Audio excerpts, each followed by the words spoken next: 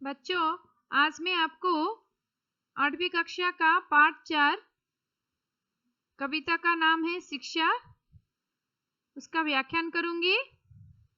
पहले इस कविता के कवि के बारे में जान लेते हैं। कविता के कवि का नाम है ठाकुर गोपाल शरण सिंह। इनका जन्म रीवा झांसी में हुआ था। उनका जन्म रीवा झांसी में हुआ था।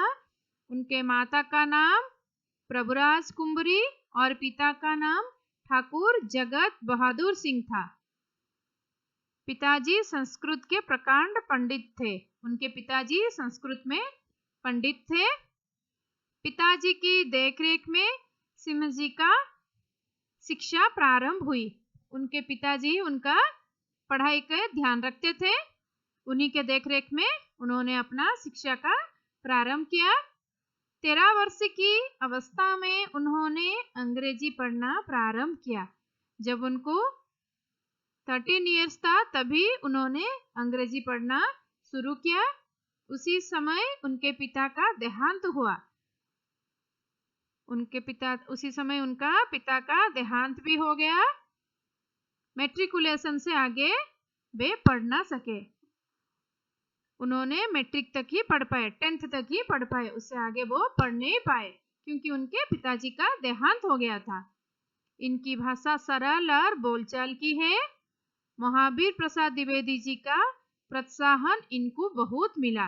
महावीर प्रसाद द्विवेदी उनको हमेशा प्रोत्साहन देते थे, कुछ लिखने के लिए, कुछ करने के लिए, आगे बढ़ने के लिए। उनका प्रोत्साहन उनको बहुत मिला। सरस्वती पत्रिका में इनकी कविताएं छपने लगी। उनकी कविता सरस्वती पत्रिका में छपने लगी। जगदालोक इनका महाकाव्य है। उन्होंने एक महाकाव्य लिखे हैं जिसका नाम है जगदालोक। माधवी, मानवी, कादम्बिनी, ज्योतिष्मती, संचिता, सुमन, विश्वगीत और ग्रामिका इनके मुक्तक काव्य है।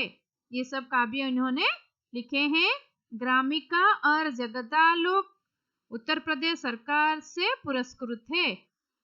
ग्रामिका एवं जगदालोक बहुत ही फेमस है, इसीलिए उत्तर प्रदेश सरकार से इस दोनों के लिए उनको पुरस्कार भी मिला था। अभी शब्दार्थ देखेंगे। शब्दार्थ दुनिया, दुनिया का मतलब है जगत, ये संसार। लघु मतलब छोटा, हल्का। चंग मतलब पतंग, काइट। उर मतलब छाती, हार्ट और सीना। बारीधर बादल, क्लाउड्स। गिरी पर्वत, माउंटेन। छेद छिद्र, होल और सुराख। चक्कर, चक्कर खाना, इधर उधर घूमना। fall down, here and there you will feel you are seeing here and there and you will fall down. तो चक्कर आ गया, हम गिर गए।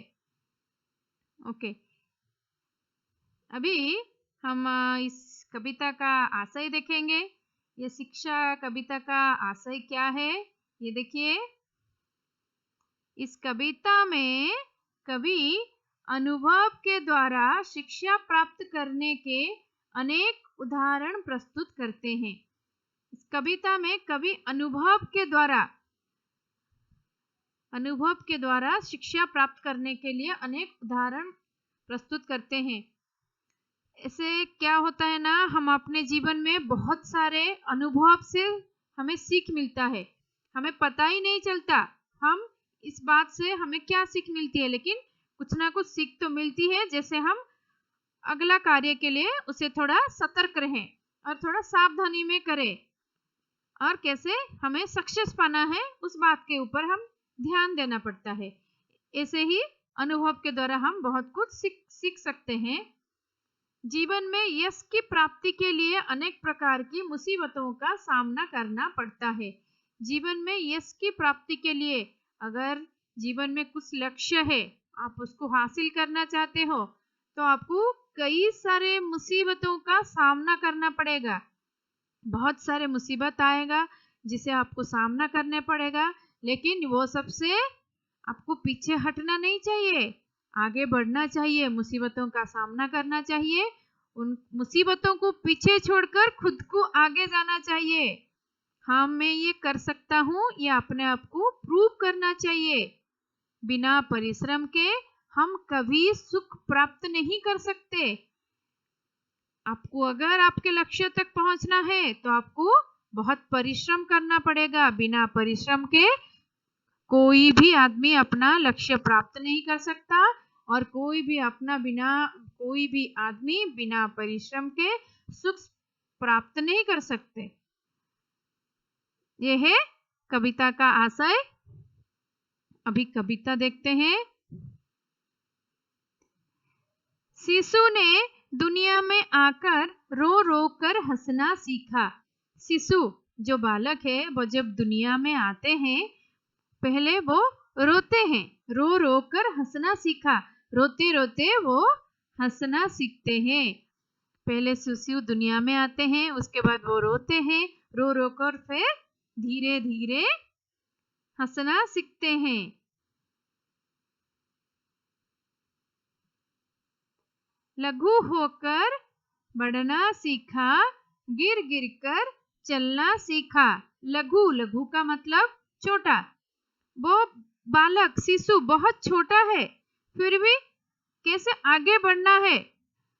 कोई भी खिलौना शिशु के सामने रख दो तो वो अपने घुटनों पे, नहीं तो अपने पेट के बल पर, शिशु का जो स्टेज होता है, जो जिस कंडीशन में वो जिस महीने में चलता है, उसी में अगर 3-4 महीने के हो तो वो पेट के बल पर जाते हैं, अगर वो 7-8 महीने के होते तो वो घुटनों के बल पर जाते हैं। लेकिन जो खिलौना और जो चीज उन्हें चाहिए, जो चीज उनके सामने दिखाई दे रहा है, उसे लाने के लिए वो कोशिश करते हैं।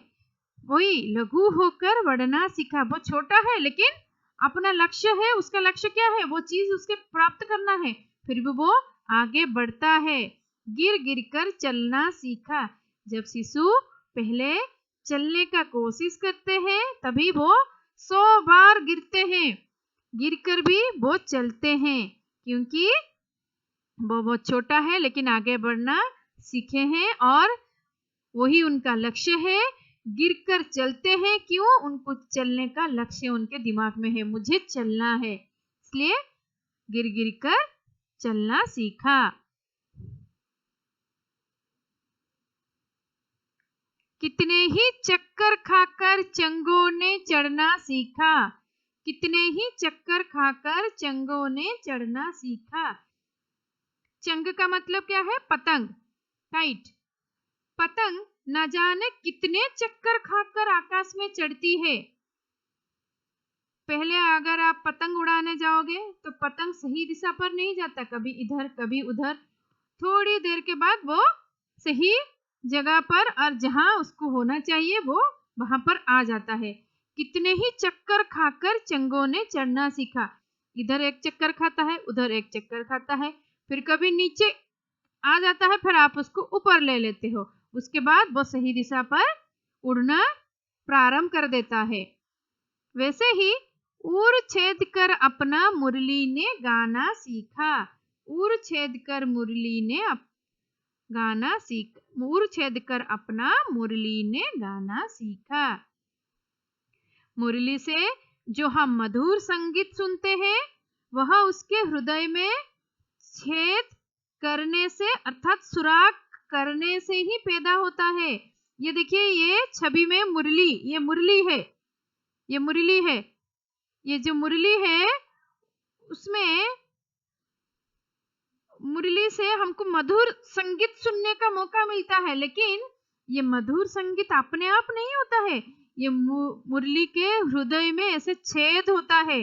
अगर मुरली के सीने में, हृदय में अगर छेद करेंगे तभी वो गाना सुंदर निकलेगा, नहीं तो हम उसको बजा नहीं सकते।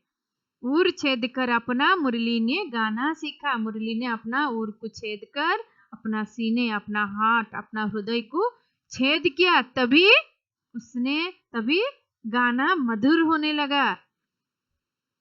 मिट मिट कर बारिधरों ने पानी बरसाना सीखा, तरूबर से गिर गिर कर नदियों ने बहना सीखा।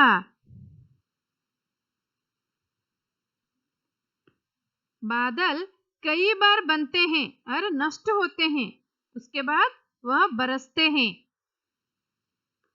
बादल, आकाश में हम लोग बादल देखे हैं, वो कई बार बनते हैं फिर नष्ट हो जाते हैं, उसके बाद फिर कभी वो पानी के रूप में बरस के धरती पर आ जाते हैं।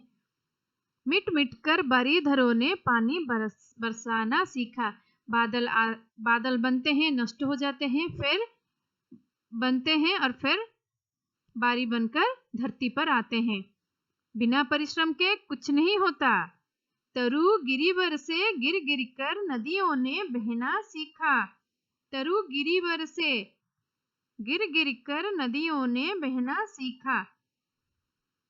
इसी प्रकार ऊंचे ऊंचे पर्वतों के शिखरों से गिरकर ही नदियां ने बहना सीखा है। अर्थात जो नदी है उसका पानी अपने आप नहीं आया, वो किसी पहाड़ या पर्वत से गिरकर आया है। पानी ऊपर से गिरकर नीचे तक आया तभी तो नदी बनकर बहता है। कितनी कोशिश के बाद वो नदी बनकर अपने आप पानी बह जा रहा है। वैसे ही इस कविता से हमको ये समझना चाहिए, दुनिया में कुछ भी आसान नहीं है। हर चीज के पीछे परिश्रम और त्याग है। बिना परिश्रम से, बिना त्याग से हमें कुछ भी मिलने का संभव नहीं है। इसीलिए बिना परिश्रम से के हम कभी सुख प्राप्त नहीं कर सकते। अगर सुख प्राप्त करना है तो परिश्रम करना पड़ेगा। परिश्रम करना होगा, उसके वजह से बहुत सारे मुसीबतों का सामना करना पड़ेगा, तभी तो हम अपना लक्ष्य प्राप्त कर सकते हैं।